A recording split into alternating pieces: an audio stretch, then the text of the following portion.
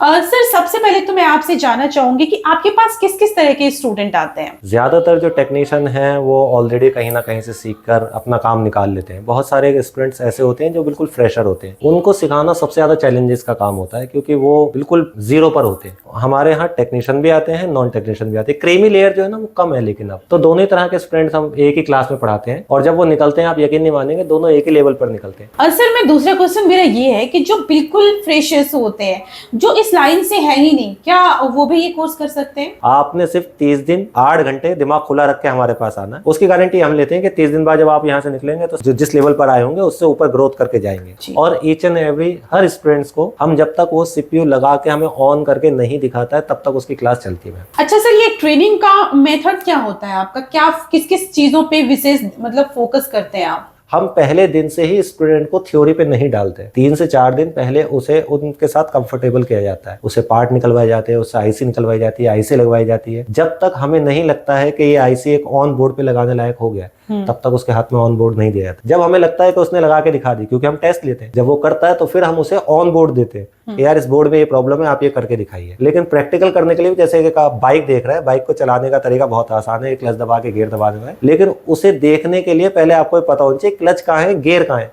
तो एक थ्योरी होनी बहुत जरूरी है। थ्योरी के साथ साथ प्रैक्टिकल उसके साथ होना, लाइव प्रैक्टिकल होना बहुत जरूरत है। तो 70% हम प्रैक्टिकल पे बिलीव करते हैं जी। 30 to 40% ऐसे स्टूडेंट्स को देखा है जो सस्ते के चक्कर में वो कहीं और से काम तो सीख लेते हैं, वो प्रैक्टिकली कर नहीं पाते अपने सेटअप पे बैठ के। उन्हें लगता है मैकडी का बर्गर और ठेले का बर्गर दोनों सेम है, जबकि ऐसा नहीं है यार। अगर दोनों सेम होते तो दोनों का रेट भी सेम होता ना। कई बार बोर्ड को स्वैप मारा, वाईफाई नहीं चल रहा, कई बार बोर्ड को स्वैप मारा, एप्पल लोगो ब्लिंक हो गया। हमारे यहाँ क्या होगा कि जब तक आपको सिमेटिक क्लियर नहीं है, जब तक क्लास नहीं होती, तो कई बार ऐसा रेयर केस हमारे पास भी आते हैं जो ऑलरेडी कहीं से ट्रेनिंग लिए हुए हैं,